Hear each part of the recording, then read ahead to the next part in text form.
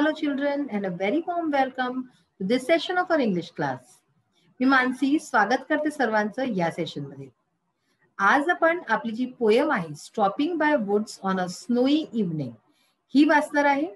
Starting आपण नेहमीसारखं warming up exercises पासून करूया. ही पोयम जी आहे याचा अर्थ काय आहे? स्टॉपिंग म्हणजे काय? थांबणं. Bye woods. वुड्स जे आहे इंग्लिशचे पोएट जे आहे अक्सर जे आहे वुड्स म्हणजे तसं तर लाकूड असतं याचं मिनिंग आहे ना. वुड्स म्हणजे लाकूड, लकडी. पण इथे याचा अर्थ आहे जंगल. ठीक आहे ना.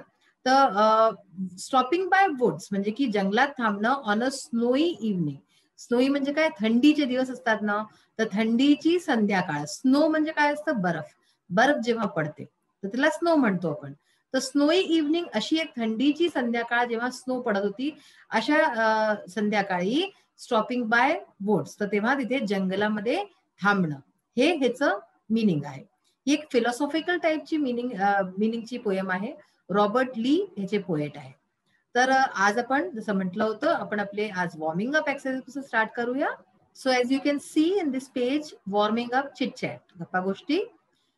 Share this chat with your benchmate, classmates बरोबर, बेंचमेट्स बरोबर किंवा आपले जे तुमचे सहपाठी मित्रमैत्रिणींबरोबर तुम्ही या गोष्टी इथे करू शकता. प्रश्नोत्तर आहेत नेहमीसारखे. Where did you go for a picnic recently? म्हणजे आता अलीकडे तुम्ही कुठे पिकनिक वगैरे वरती गेले? Who all accompanied you? तिथे तुमच्या बरोबर कोण गेलं होतं? Why did you select that picnic spot? तुम्ही तीच जागा का चुनली पिकनिक स्पॉट करता? What games, food, sites did you enjoy there? त्या ठिकाणी तुम्ही कोणते गेम्स खेळले, कोणतं फूड खाल्लं, काय खाल्लं, म्हणजे काही काय प्यायचं तुम्ही घेऊन गेले असाल तर, किंवा तिथे जाऊन काही खाल्लं असेल तर. आणि साइट्स, काय जागा तुम्ही तिथे काय काय पाहिल्या, तर अशा प्रकारचे तिथे काय जे तुम्ही तिथे एन्जॉय केल्या त्यांच्या बाबतीत सांगा.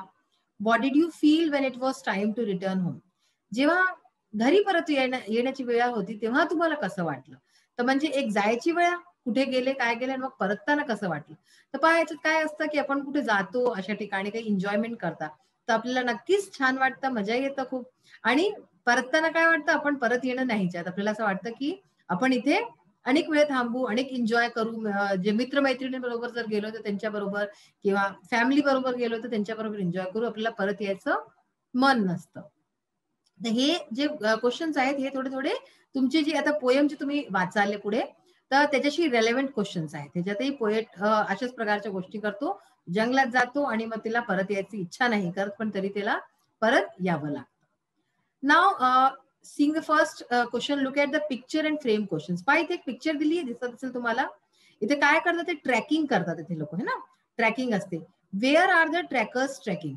तर इथे हे पिक्चर पाहून आपल्याला क्वेश्चन्स फ्रेम करायचे, काही प्रश्न बनवायचे आहे. तर ह्यांनी पहिला प्रश्न बनवलाय where are the trackers tracking, की हे कुठे ट्रॅकिंग करतात, ते कोणची जागा आहे. अशाच प्रकारे अनेक प्रश्न बनवायचे. तर ते काय प्रश्न असू शकतात बघा. Which season is it? हा कोणता सीझन आहे? तर हा सीझन तुम्हाला दिसतोय कोणता आहे?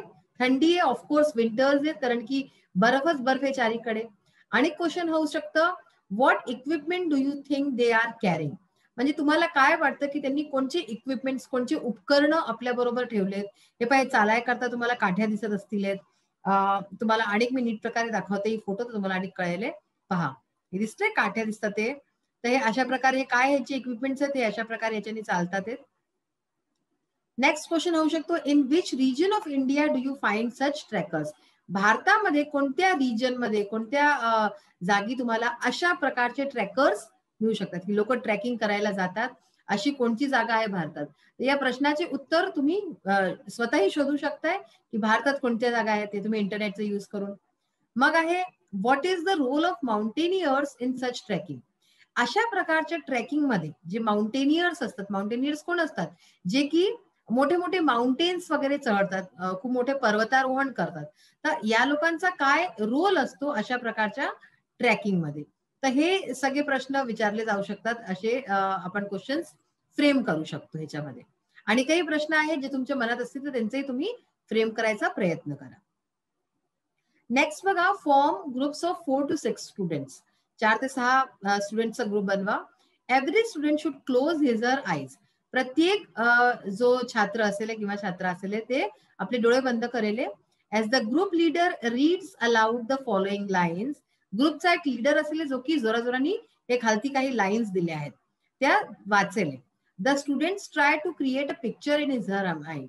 तर जो स्टुडंट, बाकीचे लोक जे डोळे बंद करून बसले ते काय करतील की आपल्या मनात एक पिक्चर बनवायचा प्रयत्न करतील. जर तुम्ही डोळे बंद करून बसा, आता जेव्हा मी हे वाचेन तेव्हा हे तुम्ही प्रॅक्टिस करू शकता. मी वाचेन आणि तुम्ही आपले डोळे बंद करून बसा आणि असं इमॅजिन करा की हे सगळं आहे. Later each one gives a heading for each description. आणि नंतर त्याचे हेडिंग तुम्ही देऊ शकता की या डिस्क्रिप्शन मध्ये काय हेडिंग होऊ शकतं, टॉपिक काय होऊ शकतं. पहा, आता तुम्ही सर्व जण जे आहे ना डोळे बंद करा आपले आणि मी बोलते आहे त्याला इमॅजिन करा, तुम्ही फक्त कल्पना करायची. ब्राईट ब्लू स्काय म्हणजे की खूप उजळ निळा आकाश.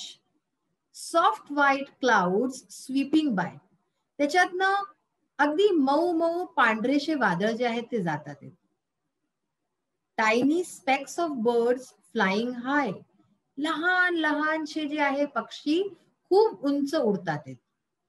The sun playing hide and seek behind the clouds, म्हणजे क्लाउड्सच्या मागे, वादळांच्या मागे जे सूर्य आहे ते जणू काही हाइड अँड सीक खेळत आहे, म्हणजे की लुक्का चिप्पीचा गेम. कधी बाहेर येतोय सूर्य, कधी आत जातोय, वादळांमध्ये लपून जातोय. तर ह्याला तुम्ही कल्पना करा, किती सुंदर दृश्य आहे ना. तर ह्याचा या जो आपण हे दिलाय ह्याचं काय होऊ शकतं, ह्याचं हेडिंग होऊ शकतं the enchanting beauty of the sky, म्हणजे की आकाशाची जी आहे खूप सुंदर सुंदरता सगळी, म्हणजे एकदम मंत्रमुग्ध करून देणारी सुंदरता. The enchanting beauty of the sky, कारण की याच्यात काय आकाशाच्या बद्दलच लिहिलंय ना की आकाश आहे, तिथे वादळ आहे, तिथे चिमण्या आहेत आणि सूर्य आहे, सगळं आकाशाबद्दलच्या गोष्टी. नेक्स्ट बघा आता, miles of smooth baron land, खूप मिलो मील जे आहे लँड आहे, म्हणजे जमीन आहे. Sparkling sand stretch till the horizon in wave like forms thorny. पा, म्हणजे की बॅरेल लँड आहे जिथे की काही उपजलेलं नाहीये आणि खूप मिलो मील दूर जिथवरी पा तिथवरी.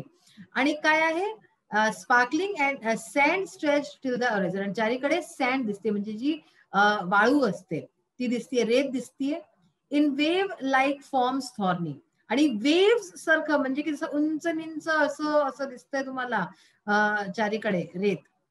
Thorny cacti propping here and there, म्हणजे की कॅक्टसचे जे झाडं असतात है ना, तर ते चारीकडे दिसतात. And occasional cluster of palms provide a shady spot, आणि मधून मधून कुठच्या तरी पाम ट्री दिसतोय. पाम ट्री म्हणजे जो रेगिस्तानमध्येच तुम्हाला दिसतो, हा ट्री असतो. A caravan of camels moving in a line, एका लाईन मध्ये जे कॅमेल्स आहेत, जे उंट आहेत, त्यांची एक लाईन चालली, कारवा म्हणतात त्याला. इन द डिस्टन्स, खूप दूर अशा प्रकारे दिसतंय. तर म्हणजे काय झालंय की एक खूप मोठा जिथवरी डोळे जातात ते म्हणजे दृष्टी पोहोचते तिथवरी बॅरेन लँड आहे, काहीच म्हणजे हिरवळ नाहीये तिथे, आणि दूर दूरपर्यंत वाळूच वाळू आहे, रेतच रेत आहे. आणि ते कसे असे उंच निंच असे टिलेशे बनलेले आहेत, आणि त्याच्याबरोबर तिथे कॅक्टस आहेत, मध्ये मध्ये कॅक्टसची झाडं असतात, आणि मधून एखादं कोणचं पाम ट्री दिसून जात आहे, आणि ह्याच्याच बरोबर कॅमेल्स दिसतात, म्हणजे आपल्याला उंट दिसतात, त्याला उंटांची लाईन दिसते खूप दूर. ह्याचं काय हेडिंग होऊ शकतं, ह्याचं हेडिंग होऊ शकतं लाईफ इन द डेझर्ट, म्हणजे की डेझर्ट काय असतं, रेगिस्तानमध्ये लाईफ मध्ये जीवन कसं असतं. आता बघा, such a figurative description that creates mental pictures in the mind of the reader listener is called imaginary. तर म्हणायचं तात्पर्य आहे की अशा प्रकारचं जर कोणतं डिस्क्रिप्शन असेल कुठे, ज्याच्याने की जो वाचणार आहे किंवा ऐकणार आहे त्याच्या दिमागमध्ये, त्याच्या मनामध्ये कोणतं इमॅजिन म्हणजे इमॅजिनरी येऊन जाते, पिक्चर बनून जाते, तर त्याला काय म्हणतात, इमॅजरी है ना, फिगर ऑफ स्पीच आहे ही पण, तर याला इमॅजरी म्हणतात. It is a poetic device that enhances the poem, आणि हे पोएम्स मध्ये जे आहे यूज होते ताकी त्याची सुंदरता वाढवली जाईल. पोएमची सुंदरता वाढवण्याकरता इमॅजरीचा यूज होतो. ही जी पोएम आता आपण पुढे वाचणार आहे त्याच्यात इमॅजरीचा भरपूर उपयोग केला गेला आहे. Compose in your group of 4 to 6 line poem which contains imagery. तर तुम्ही पण अशा प्रकारची एक पोएम लिहायचा प्रयत्न करा, 4 ते 6 लाईनचा, ज्याच्यात की इमॅजरी असेल, इमॅजरीचा यूज करत हे करा. तर आज आपण वॉर्मिंग अप एक्सरसाइज केला आहे, पोएम वाचायचा आपण आपल्या नेक्स्ट सेशन मध्ये करणार आहे. आता आपण आपले जे आहे इंग्लिश वर्कशॉपचे एक्सरसाइज पाहूया. तर आता आपण वॉर्मिंग अप मध्ये काही क्वेश्चन्स वाचले होते. त्या क्वेश्चन्सचे आन्सर्स कसे होऊ शकतात ते आपण आता बघूया. Wear did you go for a picnic recently? आता काही दिवसापूर्वी तुम्ही जर कुठे पिकनिक गेले तर कुठे गेले? Recently I went to Mahabaleshwar. मी महाबळेश्वरला गेलो. Who all accompanied you? तुमच्या बरोबर कोण गेलं होतं? My family members accompanied me. माझे जे परिवाराचे लोक होते ते माझ्या बरोबर होते.